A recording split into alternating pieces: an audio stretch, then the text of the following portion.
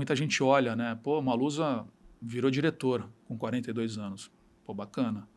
Né? Só olham o status, né? Acho que é legal falar da história, né? Porque existe um peso em cima do cargo. Né? E aí você vai falar, poxa, é uma coisa muito pesada. Depende de como é que você encara isso. Né? Se você está preparado para isso, eu mirei, né, nesse cargo. Né? Eu falei, eu quero isso, acho que é meu próximo passo de carreira. Sim. E eu fui, só que nem sempre foi fácil, e não é sempre fácil.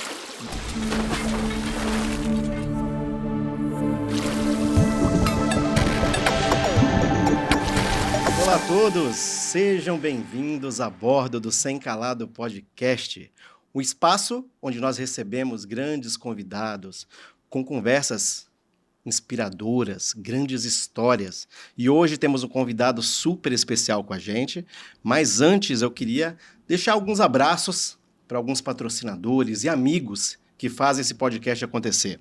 Um abraço para o Fabiano e para o Léo da Oliveira, Pedrão da PGLock, para o Rodrigo Gomes da Intertrans, Marcelo Pousada da Videira Engenharia, Rafael Lima da SOC, Luizinho e Elienay da eProfessional, todo o pessoal do Postos Portal de Santos e da Delize Salgateria. Muito obrigado por vocês estarem conosco aqui.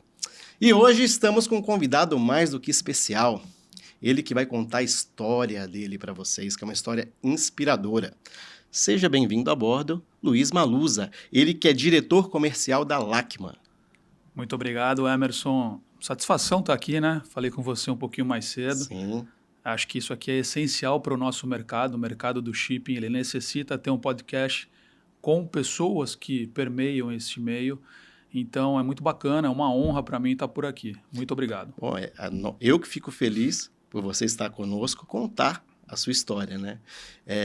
Na realidade, você veio através de uma indicação de um amigo e eu fiquei super feliz quando ele me ligou e falou que você gostaria de vir aqui, estar aqui com a gente. Sim, sim. É o Peterson Carvalho, um abraço para ele. Grande Peterson, verdade. E vamos lá. Então vamos contar a sua história aí, como tudo começou, como é que você veio parar nesse ramo? Essa é uma história muito curiosa e eu acho que é muito bacana de contar isso, porque acaba deixando outras pessoas que de repente não tiveram uma formação relacionada ao mercado marítimo, relações internacionais ou logísticas, que elas podem trabalhar sim na área portuária, né? Isso é muito bacana. Começa lá da inspiração dos meus avós, né? Eu sempre conto isso. Meu avô por parte de pai estivador, meu avô, por parte de mãe, conferente de agência, quando tinha isso ainda, né? Conferente de agência. Meu pai trabalhou no Porto durante 25 anos, era assistente operacional.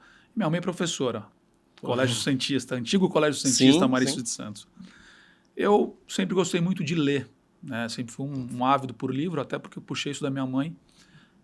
E aí falei, bom, você está com 17, 18 anos, você não sabe muito o que vai fazer da vida ainda, né? Você tem ali um caminho que você vai traçar e eu fui fazer Direito, né? Fiz Direito no Unisanta, uma faculdade maravilhosa, mas no 5º ano eu falei, não acho que seria isso. No 5º ano? Mas queria me formar, tinha que me formar, né? Falei, não sei se é isso que eu vou fazer da minha vida, porque não me via como advogado, não me via como juiz, promotor. Eu falei, não é isso que me faz feliz, que me encanta.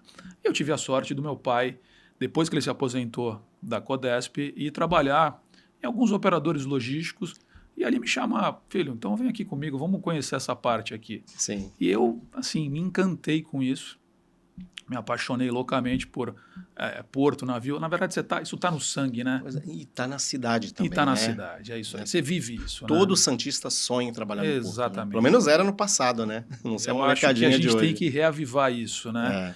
Alguns ainda sonham, né? Eu tenho exemplos dentro da minha equipe, que são pessoas jovens que têm esse potencial, mas aí voltando a isso, eu me formei em Direito, fui trabalhar com meu pai e comecei uma história ali, olhando como é que se estufava um container, como é que se operava, e depois de uns 2 anos fui para a Uzi Minas, né?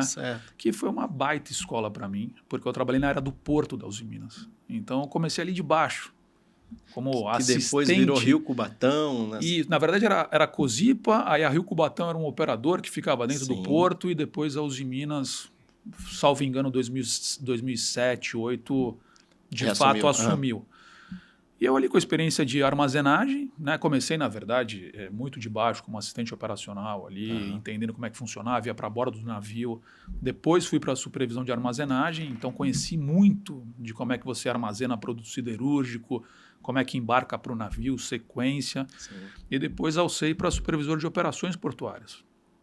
E é muito engraçado isso, porque isso é bacana a gente falar aqui, porque tem muita gente que deve estar escutando agora e deve falar, pô, mas fazer carreira numa grande empresa, sim, sempre foi o sonho de todo mundo, pelo menos da minha época, né? Eu sou de 1980, então a galera fala, pô, meu pai trabalhou numa empresa só, minha mãe trabalhou num colégio só, Sim. as pessoas que eu conheço se aposentavam onde estavam, e a gente tinha essa cultura.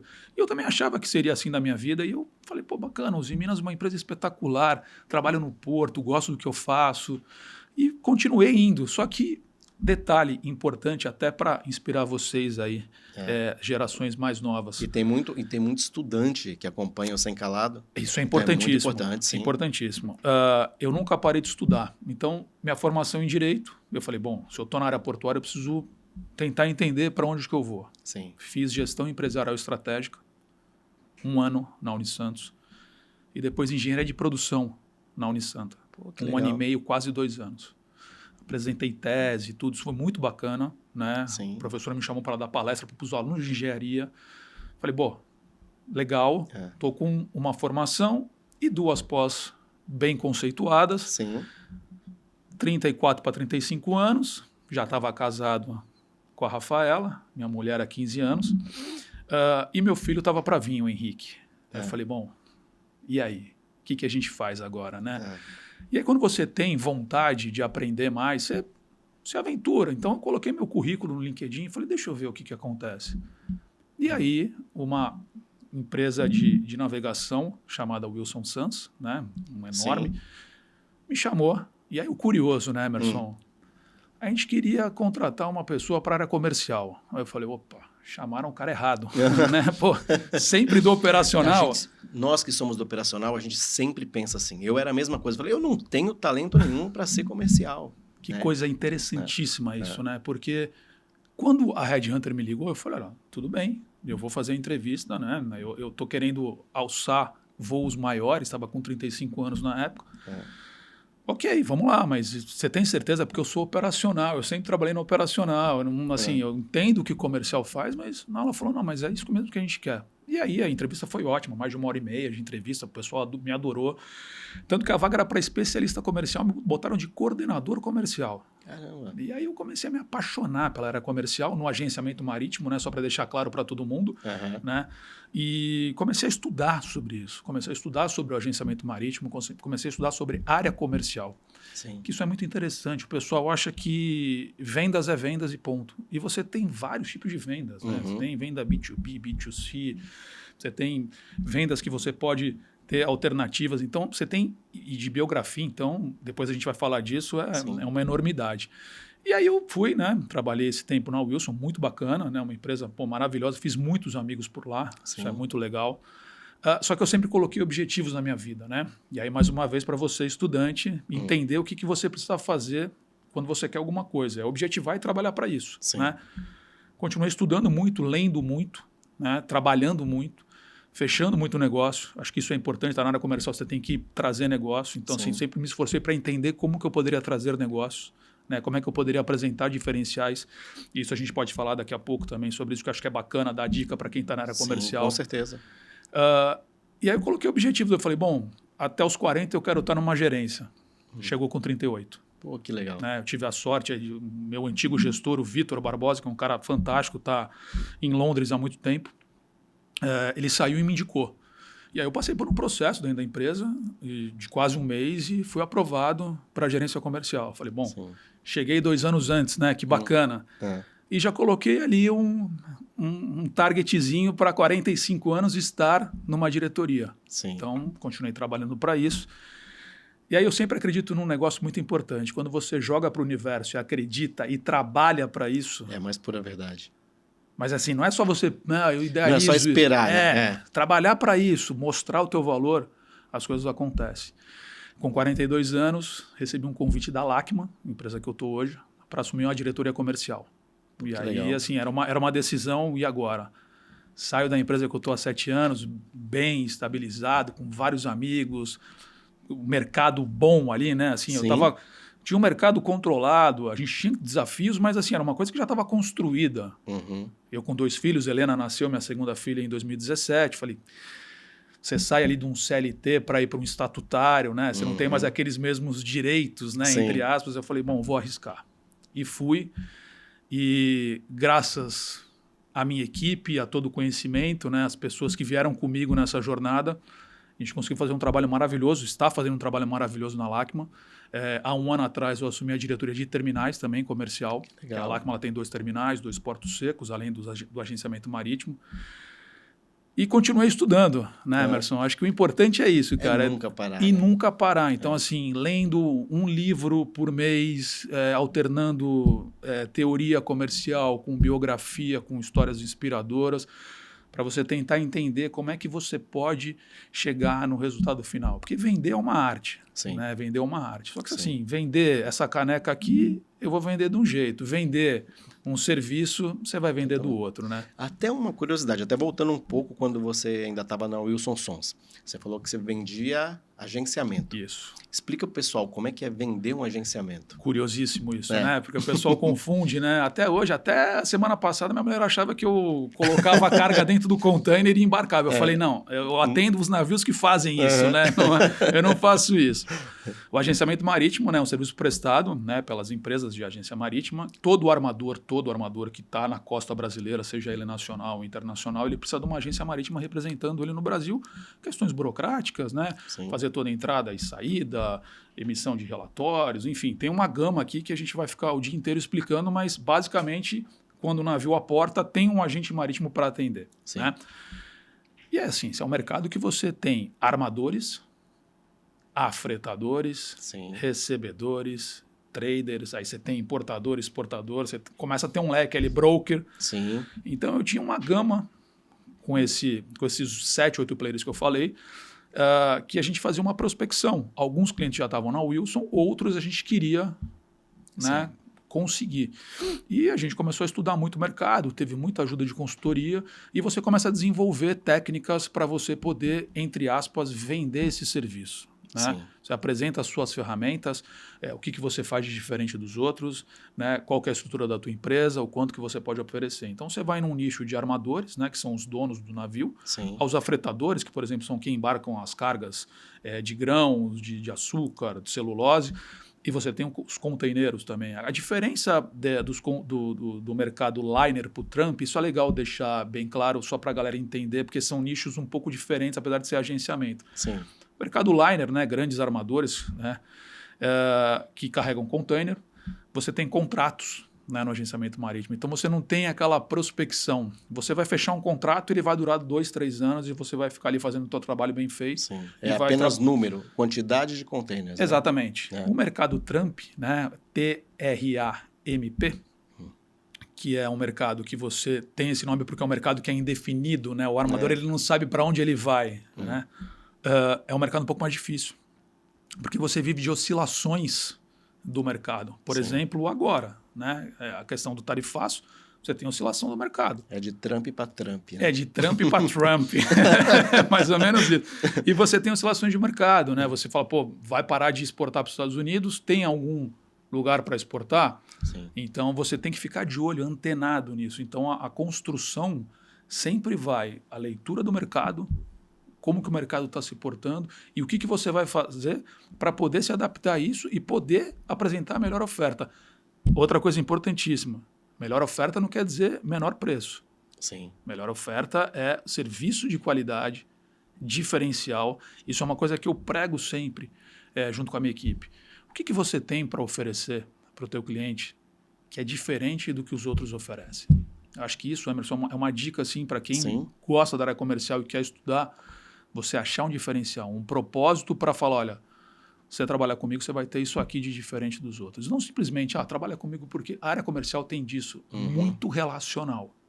E eu, assim, eu agradeço muito isso, porque eu tenho, depois de 10 anos no agenciamento marítimo, na área comercial, muitos amigos no shipping, né? Tem, assim, pessoas queridíssimas que a gente construiu e que, por exemplo, quinta-feira agora, passada, eu estava em São Paulo almoçando com grandes amigos nós só falamos de amizade, nós não Que falamos legal. de mercado, Uhum. mas são clientes da Lachman. E você vê que bacana. Eu até Sim. comentei com a Isabela, que trabalha comigo. Falei, Isa, você vê que legal? A gente foi fazer um almoço de negócios, Aham. não falando de negócios. Porque você também constrói isso. Mas não é só isso, né? Você tem um diferencial. Então, Sim. uma reunião prévia foi feita com diferenciais. Então, acho que é importante você entender que relacionamento é bacana, é importante. Mas diferencial, técnica, agregado, você consegue É você vender. entender a necessidade do teu cliente e buscar soluções que ele precisa, né? Exatamente. Acho que você tocou num ponto fundamental, Emerson. O mercado é muito parelho, né? Ainda falando do agenciamento marítimo. Você tem ótimas agências no Brasil inteiro, quiçá no mundo. Assim, você não vai Sim. encontrar pessoas assim que você fala, meu Deus do céu, que coisa bacana. Então, serviço de agenciamento marítimo, o armador olha e fala, cara, isso aqui o outro também me oferece. Uhum. Então, você precisa encantar o cliente e falar, não, peraí, eu vou fazer o a mais Aham. e você vai ver o quão bom é trabalhar comigo. Então, é uma coisa que a gente prega assim com muita veemência e acredita nisso. Sim. Tá? Eu acho que é importante a gente acreditar naquilo que a gente faz. Essa é outra dica importantíssima que eu dou para vocês. Você não gosta do que você faz, larga e vai fazer o que você gosta, né? E acredita nisso, porque senão você não consegue, né, conquistar. Sim. Então isso é muito importante. Pô, legal.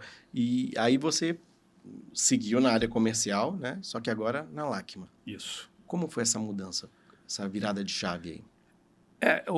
Assim, eu coloco em dois pontos, né? Primeiro em 2015, né? É. Quando eu fui para outra empresa, que assim foi um mundo novo para mim, né? Eu estava acostumado a ir para bordo de navio, descer carvão, Pois é. aço e trabalhar de No madrugada. Brasil inteiro? Atendia o Brasil inteiro? Na verdade, na Uzi Minas ficava mais em Praia Mole Sim, e Cubatão. Sim, né? mas quando você foi para Wilson Sons... Aí é Brasil inteiro. Brasil inteiro. Então, assim, eu comecei a viajar muito. Comecei a viajar para o Brasil inteiro por conta de clientes, mundo afora. Então, assim, graças à minha profissão, eu conheço praticamente todos os lugares do mundo, assim, lugares assim que eu nunca imaginei que eu iria, por exemplo, como Índia. Né? Caramba, foi para Índia. Índia. Dinamarca 6 vezes. Que a Dinamarca é um lugar que está no meu coração Até sempre. aí Depois tudo a bem, gente né? fala disso. Mas a Índia, nunca imaginei e fui. Então, assim, comecei a conhecer praticamente todos os portos do Brasil. Hoje, assim, cara, acho que deve ter 2 ou 3 portos que eu ainda não conheço. Manaus é um deles, mas o resto eu já fui em praticamente todos por conta do meu trabalho. Né? Mas é uma dinâmica totalmente diferente. Então, foi uma virada de chave, de fato, em 2015 e um aprimoramento, né, depois de 2020 ali para 2022. É muito diferente, né? Isso também é bacana falar para vocês. Muita gente olha, né? Pô, Maluza virou diretor com 42 anos. Pô, bacana.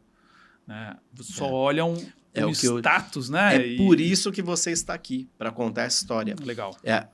A ideia do Sem Calado surgiu exatamente disso. As pessoas veem, pô, fulano de tal é CEO de tal empresa, o outro é diretor. Mas aí, o que ele falou? Qual foi a linha que ele traçou para poder chegar até ali? Então, é isso que é legal ouvir. Perfeito, Emerson. Acho que é legal falar da história, né? Porque existe um peso em cima do cargo. Né? E aí você vai falar, poxa, é uma coisa muito pesada. Depende de como é que você encara isso. Né?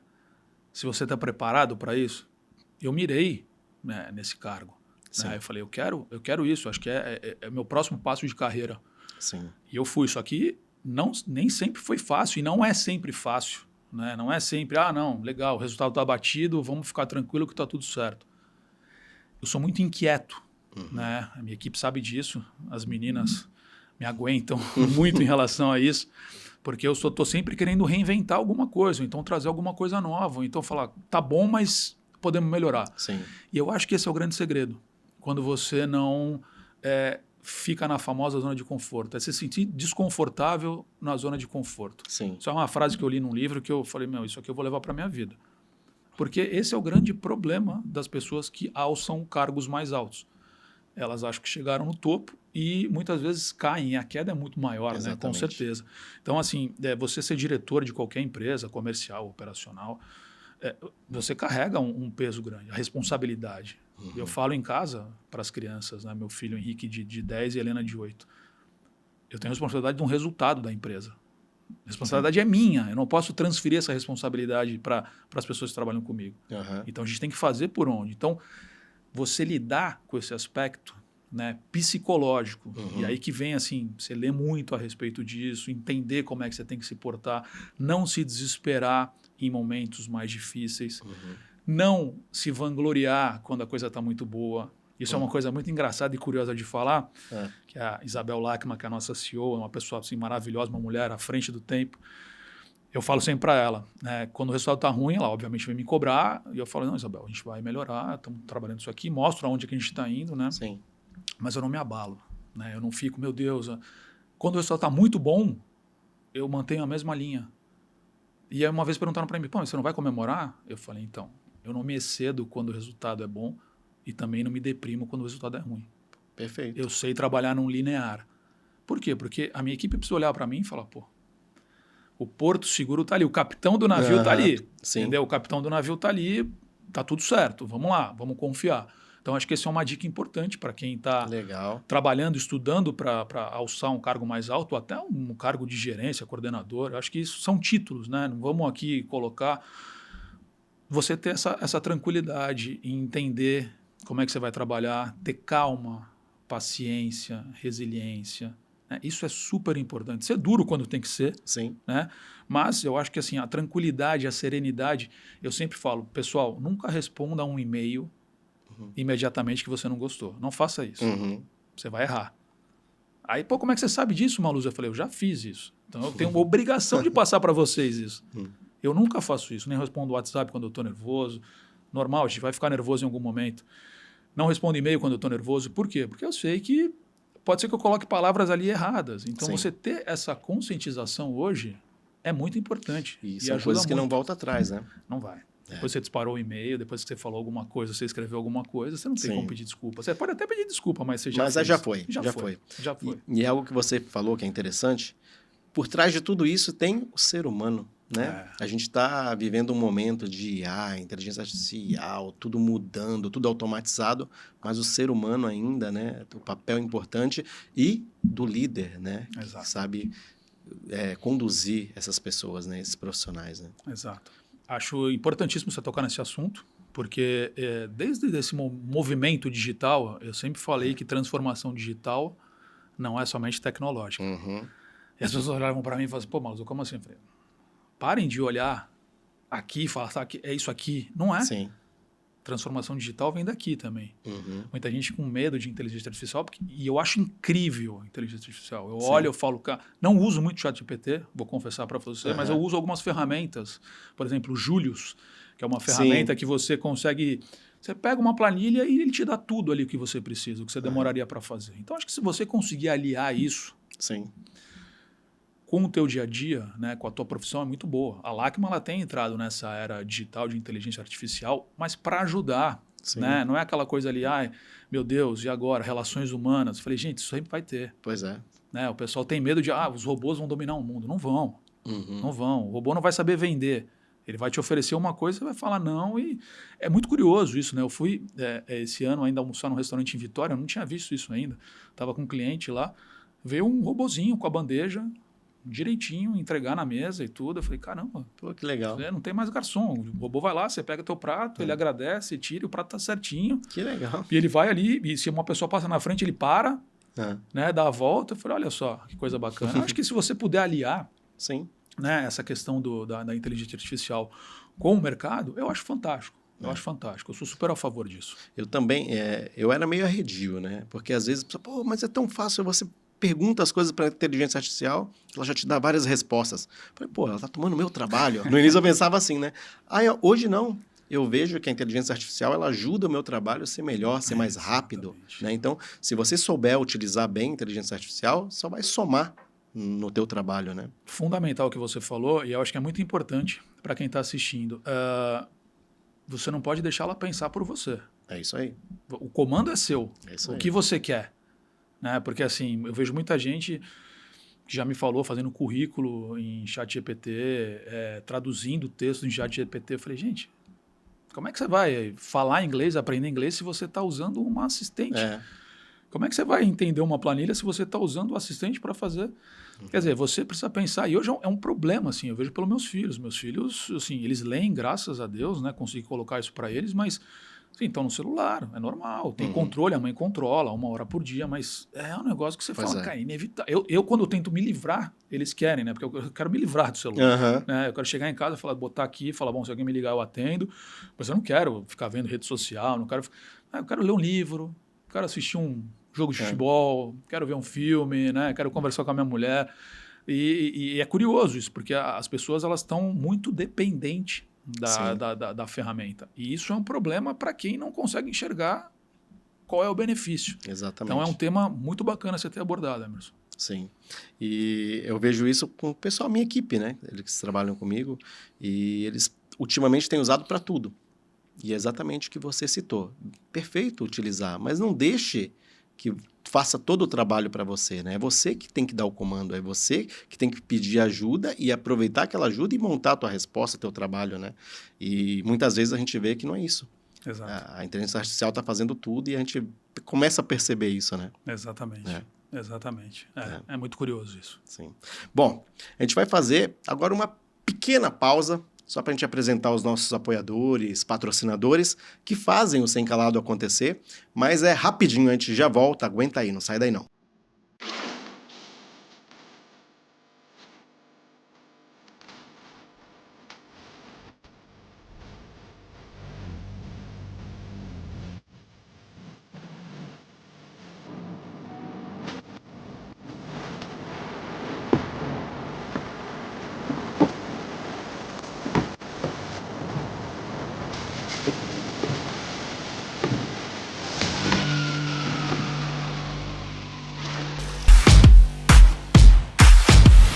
A Kairos foi um sonho realizado quando eu e minha esposa resolvemos fundar a empresa no ano de 2011. Ele tinha o conhecimento na parte de caminhões, de transporte, e eu administrativo. Tinha recém-formado, eu fiz administração no Paraná. Com muita fé, coragem, e acreditamos no projeto. E hoje já estamos aqui há 13 anos. O meu forte mesmo é a parte financeira, mas a gente acaba acompanhando, né? Acompanha as compras de caminhões ou troca de veículos, manutenção. Transporte sempre esteve na minha família, tá? Na época do meu pai, quando eu era criança, meu pai sempre teve caminhão, transporte. Nós atuamos no transporte de containers, importação e exportação. Também atuamos com entregas dentro do território brasileiro, em carretas Sider, em baú, atuamos com serviço de terminais de containers, para stacking de containers cheios. Trabalhamos com armazenagem de cargas em geral.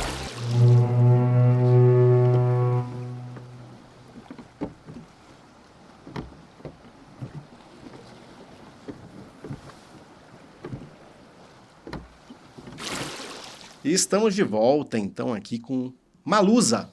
Isso Ele que está aqui dando uma aula para a gente aqui de venda de agenciamento marítimo. E terminais. E terminais, não, terminais legal. também. Terminais alfandegados. Então, mas você estava falando isso pra gente. Aí você já fazia isso já quando você estava na Wilson Sons. Sim. Na Lacma, você deu seguimento a esse trabalho? Melhorei esse trabalho. E assim, com todo o respeito à minha antiga empresa, uma casa maravilhosa, mas a gente conseguiu melhorar esse trabalho na Lacma, né? Comecei a estudar muito mais do que eu já estudava, desenvolver outros aspectos, questão da liberdade de você poder trabalhar com aquilo que você entende e acredita, isso é muito importante, né? E depois de 2 anos eu assumi a diretoria dos terminais também, né? Como eu falei, que é um mercado totalmente diferente, né? Você vender terminal de zona secundária alfandegado, são outros players, algum player ou outro que acaba casando ali com o mercado de agenciamento, mas é muito difícil. Mas é um mercado também muito dinâmico, muito curioso, né? Muitas pessoas não sabem, né? Isso é legal falar, Emerson, porque o pessoal acha, terminal, é aqueles que tem ali no porto, que recebem um container. Ou então aqueles retroportuários ali, ou no máximo quando você pega a Anchieta que você vê. Não, a Lacma tem um terminal em São Bernardo e outro em Taubaté. Pô, que legal. Muito bacana, assim. Em São Bernardo, desemboca ali, Rodoanel, você está ali no terminal. É um Redex. É um terminal alfandegado, zona secundária, Sim. Né? A gente chama lá e assim, tem em Taubaté também zona secundária, alfandegado, em frente à Embraer. Né? Que legal. Baita honra para a gente, ali a gente atende essa empresa, né? Então, é desafiador, porque você tem, um outro nicho ali que você acaba permeando, então é um outro tipo de venda, né? Agora você tem o ativo para vender, né? Não é o serviço, é muito curioso isso. Aí, só uma dúvida, você falou em Embraer, então normalmente são cargas de projeto, ou não? Ou não necessariamente? Não necessariamente, é um mix muito... Pra você ter ideia, Terminal de São Bernardo, eu tenho 2 câmeras frias e cofre de segurança. Caramba. Eu faço importação, eu guardo importações de polpa de suco de laranja, remédio, vinho, cerveja, carro, partes e peças, Caramba. madeira, movelário, assim, É muito diversificado. aqui, infinito, entendeu? Infinito. Assim, você tem a possibilidade de entreposto industrial, que é aquilo que quando você importa, pode deixar lá com os impostos suspensos, você faz a montagem e depois despacha. A gente tem essa possibilidade e faz isso no nosso terminal de São Bernardo. Você citou a questão da Embraer. A Embraer importa muita coisa dos Estados Unidos para montar o avião. Então, a gente tem partes e peças lá, fuselagem de avião. Então, é muito curioso. Você tem ali muito... aquele princípio do plástico, é polietileno, se eu não me engano, vários. Então, você tem uma gama. Toda vez que eu vou no terminal, eu me surpreendo. Eu falo, caramba, essa carga eu não tinha visto ainda. Né? Isso aqui é bacana, isso aqui é legal de a gente tá importando. Então, é um mercado totalmente diferente. E, por exemplo, um cliente desse, quando procura vocês, um Embraer, pô, eu tenho que levar essa peça daqui para tal local. Vocês fazem tudo? Sim. Toda parte, todos os modais, desde o rodoviário, marítimo, vocês contratam tudo? Legal, ótima pergunta, Emerson. A Lachman ela tem os terminais e o agenciamento marítimo, mas a gente oferece o door-to-door, que a gente chama. Né? A gente pode atender no agenciamento marítimo, pegar a carga, levar para o nosso terminal, dependendo da carga, óbvio, e aí contratar uma transportadora parceira, fazer isso, que a gente chama de DTA, né, que é o documento transaduaneiro, quando você tem que subir, e a gente consegue oferecer essa logística toda. Né? Isso é muito bacana, tem cliente que pede isso, né? Eu tenho 2 clientes agora que eu estou negociando de fora, um que vai trazer vinho, né? Inclusive vai estar comigo na outra semana, que ele quer ponta a ponta, ele quer, eu vou deixar o container vai chegar, eu quero que você faça todo o transporte e eu quero que chegue no seu terminal e depois vá fazer a distribuição. A gente faz isso. Pô, legal. Né? Então, isso é bacana porque você começa a lidar com toda a cadeia, né? Isso é muito curioso, isso é muito bacana. Porque a gente já recebeu aqui, né, vários profissionais de várias áreas. Na área de container, da ferrovia, o pessoal que cuida de carga de projeto. Então, vocês trabalham com tudo. Então... todas as áreas vocês têm... Sim, nossos negócios são agenciamento marítimo, 22 filiais espalhadas no Brasil inteiro, né? Então tem de Manaus até Rio Grande, então qualquer lugar do Brasil a gente consegue atender. Legal. E os 2 terminais, um em São Bernardo e outro em Taubaté. Então quando é carga ali Santos, Rio de Janeiro, a gente consegue fazer essa logística toda integrada, né? Oferecendo serviços com parceiros, com o nosso principal negócio sendo terminal e agenciamento marítimo. Pô, legal. Agora uma outra dúvida, a gente estava conversando antes aqui, sobre os profissionais que nós temos no mercado. Como é que tá para conseguir profissional qualificado? É um problema, né? É um problema. E aí eu acho que assim, tem todo... E não é que é um problema que as pessoas não querem, né? A gente não tem a base no Brasil, infelizmente, de uma escola de shipping. Sim. Né? Comentei com você que provavelmente é uma escola famosa aqui de Santos vai fazer esse curso, esse tecnólogo, a partir do ano que vem. E eu estou torcendo para isso. Que, é inclusive, até legal falar para dar uma dica para a galera. A FATEC, ela já divulgou isso, né, através do Sindamar, e até fui convidado para lecionar ali, provavelmente a gente vai trabalhar junto com isso. Precisa, né, porque você não tem base hoje para poder entrar no mercado de shipping. E aí eu estou falando no mercado geral, não estou falando só do agente marítimo ou da pessoa que trabalha no terminal. Sim. Você pega pessoas que assim, o cara foi para fora, fala inglês, traz para cá, vamos trabalhar ele de agente marítimo. Agora, o quão rico seria se a gente tivesse um modelo próximo, não estou falando nem parecido, próximo ao que você tem hoje em Dinamarca, em Suécia, em Noruega, em Inglaterra, que são o quê? Escolas de shipping. Você se forma, né, na indústria. Você sai, vai trabalhar num armador, num afretador com a base que você precisa. Sim. Então, isso é uma carência que eu venho falando há muito tempo no Brasil. Em 2022, quando eu entrei na Lachman, eu dei entrevista para um congresso e falei sobre isso. O pessoal do Senac de Alagoas me chamou pedindo para eu estruturar uma grade de curso. Eu estruturei, não sei se eles estão tocando, mas o cara falou, pô, isso é incrível. Ninguém nunca pensou nisso. Eu falei, não, com certeza pensou. Eu acho que falta um pouquinho de vontade e intenção, porque imagina você ter essa mão de obra, que são pessoas maravilhosas, agentes marítimos, operadores de terminais, pessoas que se dedicam ao trabalho com uma base. Pois é. O quanto que a gente não conseguiria ficar eficiente, Emerson? Isso é fantástico. Cara, eficiência não é só transporte, ferrovia. Ferrovia nem se fala, né? Era o ideal, mas Não é só isso. Se você tem profissionais que entendem do que estão fazendo desde a base, a eficiência Com certeza. é uma consequência Com natural. certeza. E como você disse, nós estamos no Porto de Santos, o maior porto do hemisfério sul. Exato. Né? E nós não temos uma escola de shipping. Não aqui. temos. Isso é muito assim. Eu acho que isso vai mudar, né? Mas, por exemplo, eu fui para Rotterdam esse ano. É um negócio assim, você não consegue muito enxergar o outro lado aqui. Você fala, cara, como é que pode, né? Assim, Rotterdam, Antuérpia, são portos que eu tive o prazer de conhecer graças ao meu trabalho, que você olha a diferença, e eu falo de automação, de processos, de institutos que estão preocupados, e eu acho que, assim, particularmente, o Porto Santos tem melhorado muito. Né? Eu li hoje no Porto Gente sobre o presidente da APS, né, o Pomini, ele está fazendo um trabalho fantástico. Falando isso, em breve, Pomini, aqui, hein? Já enviou o convite. Muito legal, muito legal. Acho que vai ser avise quando vai ser, porque eu vou querer assistir. Mas eu acho que a gente tem que ter pessoas assim engajadas, né, nesse sentido de entender que a gente precisa transformar isso aqui. Sim. Pela pujança que tem. Né? Sim. Melhorou, né? Até foi uma notícia que falou, melhorou a eficiência, o Porto em julho exportou muito, foi recorde. Aí eu falei, legal, mas teve a questão do pessoal com medo do tarifaço do Trump, então muita gente acelerou. Então assim, calma, gente, não vamos comemorar. Eu aqui com a minha análise secundária paralela, eu falei, olha, mas também teve muita carga que foi acelerada para não pegar a tarifa. Sim. Mas, enfim, eu acho que tem melhorado, né? A questão de dragagem e tudo, mas a gente tem muito mais coisa para fazer para o nosso porto. Sim. Muito. E principalmente infraestrutura, né? Os acessos para você chegar ao porto, né?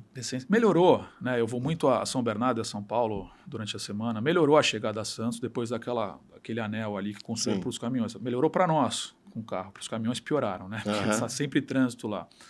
Mas você pega a infraestrutura de outros portos, assim, não há comparação. Os portos fora do Brasil, né? Não há comparação. Então você tem que falar, poxa, onde é que eu quero chegar? Qual é a capacidade que eu tenho aqui? O que eu posso fazer? É impossível? Não, não é. A gente tem infraestrutura, tem gente boa na engenharia, né? E aí eu vou além. Eu acho que tem coisas melhorando ali no Valongo, né? Revitalização e tudo, só que eu tô com 45 anos. Há uns 20 anos que eu escuto falar do Santos vai virar o Porto Madeiro, né, na Argentina. Sim. E nunca vira. Começou e parou. Sim, tem algumas melhorias, mas nunca vira. E por que não vira? Eu trabalhei no centro. Hoje o centro, você vai no centro e fala assim, meu Deus. Tá abandonado, né? Como é que pode? Pois é. Todo mundo migrou para cá. E o centro está lá. Aí você fala, por que você também não fomenta isso? Existe o projeto de levar o Concais lá para lá. Talvez isso mude bastante, mas por enquanto são só projetos, né? Exato. E até falando sobre isso, o STS-10. Né? Eu acho que a partir do momento que o STS-10 sair do papel mesmo, vai dar uma outra realidade para o Porto de Santos também, né? Sem dúvida. Né? Sem dúvida.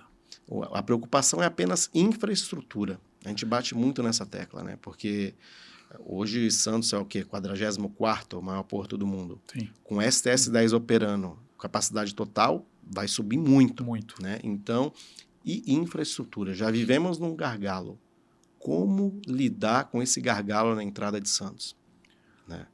Tem um nome que a gente falou agora que resolveria isso, chamado ferrovia. É isso aí. Né? E aí, assim, vou dar só um exemplo de viagens a trabalho que eu faço, que eu me locomovo de um país para o outro de trem, na Europa. Aí você fala, cara, como é que pode? O Brasil ele não tem nem um terço da malha ferroviária e você, assim, tem possibilidade de ser feito isso. Não é uma coisa assim, não tem espaço. Sim. Tem espaço, falta projeto, vontade, e aí a questão, obviamente, de você entender. E aí eu vou muito ali na linha da cabotagem, né, da BR do Mar. Saiu do papel, mas está efetiva? Não, porque você tem outras questões, né, que sobrepõem, né, que não cabe a gente ficar falando aqui, mas são interesses escusos. E aí você fala, poxa, vocês querem melhorar a infraestrutura ou vocês querem beneficiar 1, 2, 3 ou 4 tipos de classe? Porque se as pessoas entenderem que você melhorando a infraestrutura, você melhora a eficiência. Melhorando a eficiência, você consegue ser mais competitivo. Sim. É uma cadeia em cascata. Exato. Então, assim, os preços vão melhorar.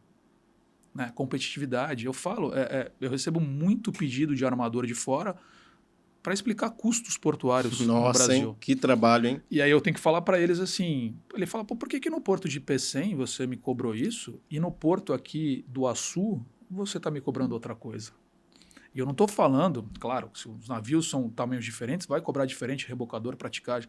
Estou falando de taxas de infraestrutura. Uhum. Aí eu falei, porque lá... Mas não era no Brasil? Eu falei, pois é, eu te entendo, mas Uhum. é isso.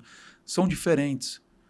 Né? E isso dificulta muito. Claro, cada local tem sua autoridade portuária, tem o seu regimento, mas com boa vontade, se a gente unificasse um pouco mais, né? Ficasse aquela coisa um pouco mais equânime, eu acho que seríamos muito mais competitivos. E hoje, do jeito que a gente vê os portos aqui no Brasil, a gente poderia crescer muito e muito Com mais, certeza. gerando muito mais emprego, né? Melhorando a infraestrutura. Né? Então, acho que é uma sequência de bons atos Sim, que nos levariam ali a um modelo bacana de porto. com certeza.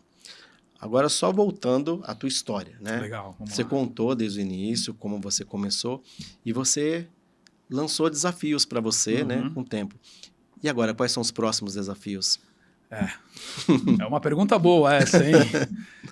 Eu tô há 3 anos na diretoria e tô gostando muito disso. Eu acho que ainda tem um tempo para continuar ali. Acho que tem muita coisa ainda para aprender, para desenvolver. Sim. Mas depois dos 50, um cargo de CEO, eu Sim. acho que tá na mira ali. Pô, legal. Acho que você tem que trabalhar com isso, né? Eu acho Sim. que... E aí não é questão de você, mas é cargo, é o desafio maior, Aham. né? Hoje eu sou diretoria comercial, responsável pelo resultado da empresa nos 2 negócios. Aham. Diretoria operacional, tem meus parceiros lá, o Adriano no agenciamento marítimo e o Lucas no terminal, que tocam ali. Sim. Você ter a responsabilidade de tocar a empresa inteira é diferente. Aham. Eu já tive restaurante no centro, né? Então, então assim, legal. você sabe como lidar com o público e tocar um negócio. Aham. Não é a mesma coisa de você ter uma parte dele, Sim. apesar de que eu sempre falo que a área comercial, e não estou querendo desmerecer meus amigos, né, da área operacional, mas a área comercial, a responsabilidade do resultado, de trazer a receita, ela é diária, né? Então, assim, é muito desafiador. Eu gosto muito do que eu faço. Pô, legal. E essa experiência aí que você citou aí de ser dono de restaurante, como é que foi? Fui curioso. Na época, assim, eu era mais jovem, enfim, queria me aventurar em negócio, assim, não deu muito certo, mas tranquilo, acho que faz parte. Sim. Na verdade, tudo é um assim, aprendizado, né? tudo é um aprendizado e eu falo isso para a Rafaela, para minha mulher. Se eu não tivesse passado por essa experiência de ser dono de restaurante e não ter dado errado, talvez eu não estaria onde eu estou hoje. Sim. Porque eu entendi a vida de uma outra forma. Né? Aquela coisa da gente sempre achar que a culpa é dos outros e nunca é nossa. Uhum. Isso é um ponto muito curioso para falar para vocês também, porque tem muita gente que fala assim, mas sempre o outro é o culpado, né? É mais fácil, né? Aham, Você se alivia. Aham. Você fala, a culpa é do outro. E aí, quando eu entendi isso, eu falei, não, cara, a culpa foi minha. Uhum. Foi minha, não foi de ninguém. Demorou para isso acontecer. É. Eu amadureci muito e falei, bom, minha vida vai ser diferente. Aí você vai com mais ânsia, com mais gana para buscar. E aí, quando eu falo buscar, não é... E aí, gente, por favor, Anitta, não é a questão do poder, do dinheiro. Isso aí é besteira, supérfluo. Sim. Né? É questão de você querer ser melhor, de você querer contribuir mais para a sociedade, para o mercado do shipping, né? Sim. E eu acho que isso é o grande legado que você pode deixar. Eu sempre falo para os meus filhos que se eu puder deixar um legado é que as pessoas entendam a filosofia do trabalho, entendam o quão importante é você construir e deixar a sua marca para alguém passar lá e falar, poxa, vou passar por aqui porque aqui deu certo. E quando você encontrar as pedras no caminho, você sabe o que fazer com elas, né? Constrói o castelo, né? É isso aí. É isso aí. Muito bom. Agora, para deixar o papo mais leve, Legal. né? Alguma história engraçada que você se lembre, assim? Olha, Emerson... Tem causos? Tenho vários, né? Mas eu acho que vou citar uma da Índia. Sempre quando eu conto isso, o pessoal dá risada, né? Eu, em 2018, tive que fazer uma reunião com um cliente na Índia, em Calcutá. E aí fui, né? Passei 2 dias lá. E todo mundo me alertando, né, Maluz? Ó, você não escova o dente com água da torneira. Eu falei, gente, pelo amor de Deus. Eu trabalhei 10 anos na Uzi Minas em Porto, em navio. Eu comia em navio. Vocês vão falar isso pra mim? Eu só tenho essa carinha assim porque minha mãe era mais bonita que meu pai, entendeu? Mas, eu tô acostumado com Porto ali. E o pessoal, não, mas toma cuidado porque o pessoal passa mal. Emerson, eu cheguei lá, o agente de lá me recebeu. E aí eu comentei com ele, né? Cara, adoro o chai. Né? Que é aquela bebida tradicional. Ele falou, pô, você gosta? Eu falei, gosto, adoro. Ele falou, tá bom. Ele falou em hindu com o motorista dele, parou numa esquina, eu vi um cara de turbante pegando uma água num canal de uma vala, jogando ali e botando umas especiarias. Eu falei, não sei o que ele vai fazer, né? Uhum. Daqui a pouco volta o motorista com 2 cumbuquinhas quente assim. Aí eu olhei e falei, que isso? Ele falou, o chai. Esse é o tradicional. Eu falei, bom, eu vou esperar esse cara beber primeiro, né? Vou brindar e vou esperar ele beber primeiro, né? Aí brindei, ele tomou. Você não vai tomar? Eu falei, não, eu tô só esperando esfriar. Tomei tudo. Falei, cara, agora é assim. Tava até gostoso, né? Esquentou, tá tudo bem. Eu falei, ou agora eu me dou mal, ou eu vou ficar imune pro resto da vida. Aí, tudo bem e tal. Aí você fala assim, pô, só foi isso? Não, teve mais um complemento, né? Fui almoçar com ele.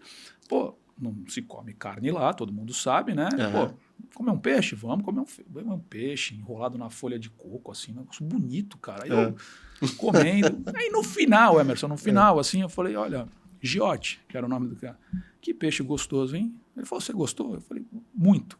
Da onde que veio esse peixe? Ele falou, do Ganges. Ganges, para quem não sabe, é o rio onde os indianos jogam os seus corpos. Aí eu falei, mas é da parte que tava sem os corpos, né? Só tava os peixes. Aí eles se alimentam. Aí eu falei, então tô. Aí eu pensei comigo, eu falei, bom, agora é o teste final. E deu tudo certo, né? Tirando mais um perrenguezinho para complementar, né? No final, isso é curioso para quem for à Índia. Atenção, dica importantíssima. Não consegui pegar Uber em 2018, porque o cartão não aceitava, apesar de aceitar em restaurante, não aceitava no Uber. Aí o motorista do hotel me levou. E aí eu falo que às vezes Deus olha pela gente e fala assim, vai o motorista do hotel porque você precisa. Estamos indo pelo trânsito de Calcutá, da Índia toda, que é uma loucura. E o cara que eu falei, amigo, tu tem que estar em meia hora, senão eu vou perder meu voo. Ele, não, vai chegar. E o cara de cap, luva, todo educado. Chegou no aeroporto. Eu não tinha feito o meu check-in, porque muita gente sabe que vou entrar só faz na hora, você pega o bilhete lá. E não tinha muito essa questão de aplicativo ainda, 7 anos atrás. Vai falar lá, eu pego o bilhete e já faço, tá tudo certo. Cheguei, parei no aeroporto, veio um hostess do hotel, eu até tomei um susto, abriu a porta, eu falei, meu Deus, que é isso? O cara de terno e gravata falou, não, eu sou do hotel, eu sei que você tem um voo agora. Eu falei, pô, obrigado, né?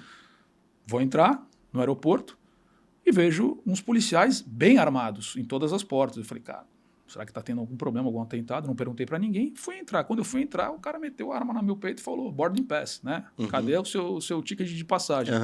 Eu falei, tô indo lá pegar agora. Ele falou, não. Se não tiver, você não entra. Eu falei, não, peraí, cara. Não. Aí peguei o celular sem sinal, não conseguia fazer nada. Gritei pro cara, falei, pelo amor de Deus. Aí o cara que foi, cara, não consegui entrar. Ele falou, você tá sem ter o boarding pass? Eu falei, tô. Aí ele falou, me dá o seu passaporte. Eu falei, meu Deus do céu, e agora? Aí eu falei, bom, é a única coisa que eu tenho para fazer. Aí dei o passaporte a ele entrou, pegou o ticket, me trouxe, eu consegui entrar. Agora, o curioso, por que você não pode entrar sem boarding pass? Que, infelizmente, na Índia, as pessoas são muito pobres, paupérrimas, dormem na rua e utilizavam-se do aeroporto para ir ao banheiro, para dormir. Então, só entra quem vai, de fato, viajar. Curiosíssimo isso, né? Essa foi uma viagem de 2, 3 dias que, assim, tem essas 3 histórias que ficaram marcadas para minha vida. Eu falei, bom, eu sempre conto isso. Nossa. Muito eu sempre tive curioso. Curiosidade, apenas curiosidade sobre a Índia, mas vontade de conhecer eu não tenho nenhuma. Continue com a curiosidade. Eu recomendo você. Assim, é um lugar sagrado, né? Muita gente, mas assim, você vê, e isso é uma coisa muito triste, muita pobreza lá. Muita pobreza. Assim, eu tomei um susto a primeira noite que eu saí, quando eu voltei pro hotel, tinha umas 15 pessoas deitadas na frente do hotel. Eu achei que tinha sido uma chacina, alguma coisa, porque não tinha marquise nem nada. Sim. Perguntei pro cara, falei, o que é isso? O cara falou, as pessoas estão dormindo. Eu falei, não, peraí, cara, não estão dormindo. No chão da rua, sem papelão, sem nada. Ele é assim, aqui é assim. Nossa. Então, assim, é um lugar que você fala, meu Deus, a gente reclama, às vezes, de alguma coisa. Eu falo assim, nunca reclame de nada. E higiene lá, né? Tanto é que eles comem com a mão e se limpam com a outra, né? Exatamente. E eu vi as pessoas tomando banho ali na rua, assim, com bacia. E, assim, é um choque cultural, assim. É um choque cultural, assim. É um país que... a questão das castas... Sim. Isso aí é muito predominante. O pessoal, é só na novela. Não é. Eu constatei 2 vezes. É um negócio bem, assim, impactante, mas temos que respeitar a cultura deles, né? Sim. Mas, para quem tem vontade de ir, depende se é alguma coisa religiosa e tudo, né? Eu conheço pessoas que vão todo ano que gostam, né? Religiosidade, yoga. Bacana. Mas eu prefiro a Dinamarca.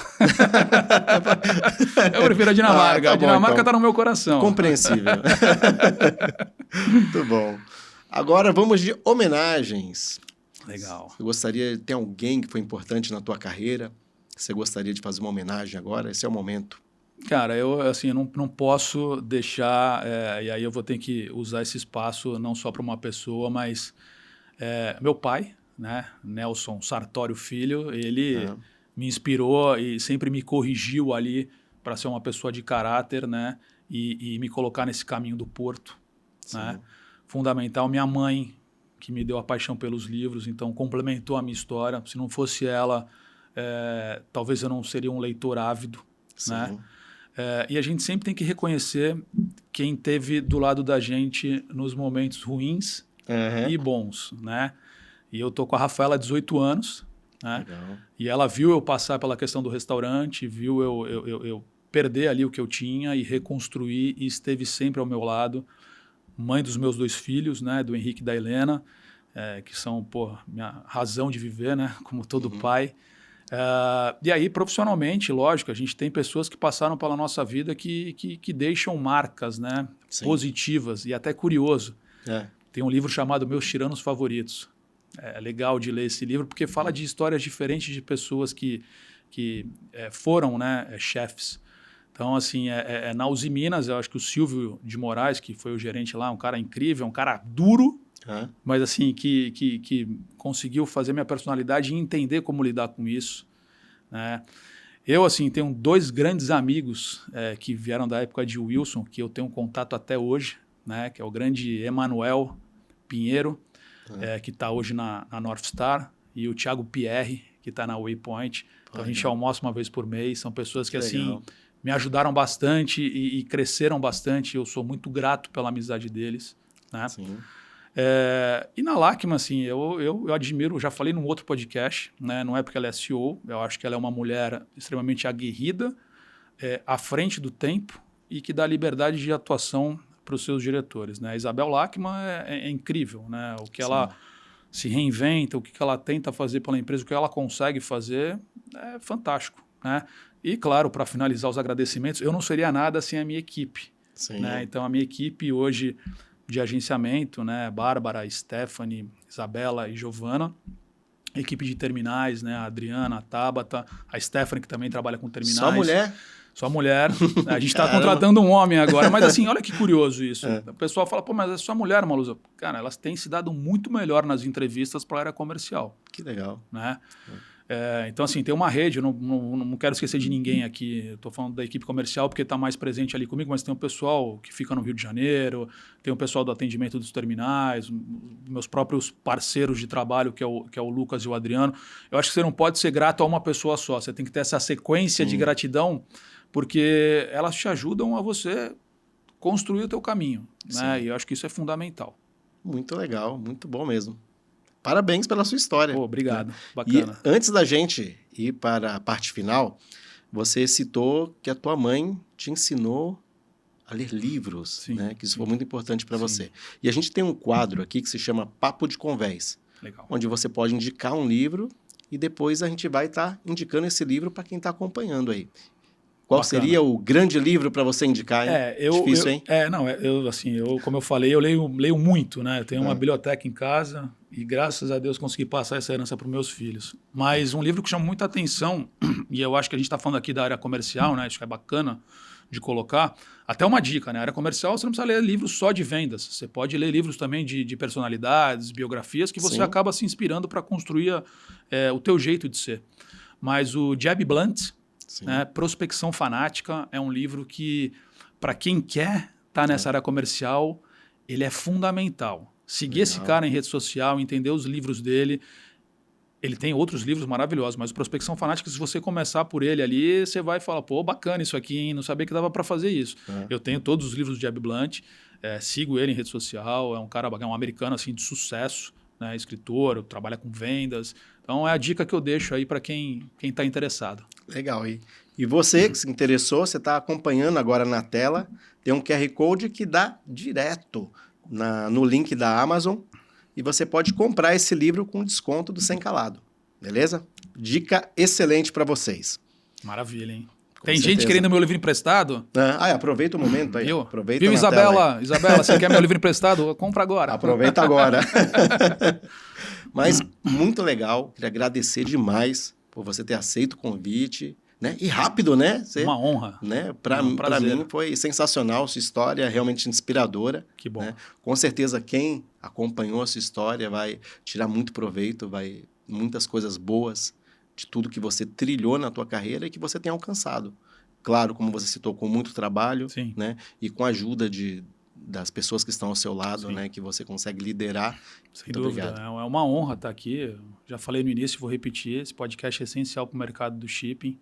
Parabéns pela iniciativa, Emerson. Muito obrigado pelo convite. Acho que foi muito enriquecedor aqui essa troca de ideias. E sempre vai ser quando a gente quer evoluir, né? Sem dúvida. Com certeza, muito obrigado. E para encerrar agora, a gente tem mais um quadro. Opa. Se chama A Deriva. Eu vou dizer algumas palavras e você vai dizer o que você quiser sobre essas palavras. Maravilha. Vamos lá, então? Vamos? Primeira pergunta é meio que um clichê, né? Qual é a importância da tua família na tua carreira profissional? Emerson, fundamental. Como eu falei anteriormente, né, graças aos meus pais, eu estou onde eu estou, né, tive a educação que eu tive e o apoio da minha mulher, Rafaela, incrível, e meus filhos, né, que são as minhas inspirações para poder continuar, né, Henrique e Helena, fantástico, sempre apoiando o papai, sempre se orgulhando do papai, isso é muito legal porque você deixa um legado e mostra como é que a vida pode ser, né, isso é muito legal. Legal. E você comentou aqui com a gente que você sempre traçou metas na tua vida. Desde criança você já traçava metas? Desde que eu me lembre ali, desde que eu conheço por gente, eu sempre estabeleci algumas metas de vida, né? De estar em algum lugar, começar a trabalhar. Eu comecei a trabalhar muito cedo, né? Isso é muito curioso. Né? Eu comecei a trabalhar com mais ou menos uns 12, 13 anos, fazendo sabe o quê? Animando festa infantil. Caramba! Era para ter contado isso antes. Então, olha só. Deixei para o final, né? Vestido de Cuca, né? De Paquito. Caramba. E era uma coisa assim que na época, cara, assim, o pessoal do colégio me zoava absurdamente. Aí você falava, hoje eu sou o Mickey, mas um dia você é a Cuca. Exatamente. Aí eu olhava e falava, cara, trabalho e vamos em frente, entendeu? Eu Legal. sempre objetivei a ter minhas coisas, ter meu dinheiro, então a meta é fundamental. Sim. E mais uma vez, a meta quando ela é construída, é pavimentada e você se esforça para o atingimento, ela é extremamente saborosa, né? Ela não vai cair do céu, não adianta. Sim. Não adianta que ninguém vai chegar para você e falar, vem cá, você é muito bom, vou te pegar aqui. Você tem que mostrar teu valor. Muito bom. E até falando nisso, você falou sobre a tua experiência com restaurante. Você empreenderia novamente com restaurante? Se fosse para chegar onde eu cheguei hoje, sim. Muito bom. Acho que tudo é um aprendizado, né? Eu acho que uma coisa que eu sempre falo para as pessoas, né? Sentimento de rancor ou de arrependimento não vai te levar a lugar nenhum. Né? Essa coisa das pessoas guardarem mágoas. Né? Cara, isso é uma besteira.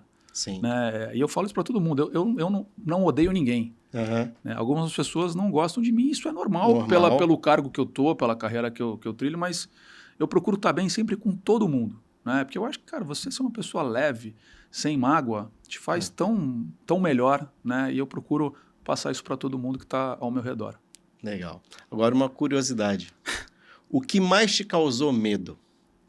No momento que o cara chegou com um chai para você tomar ou no momento que você teve que entregar o teu passaporte para o indiano?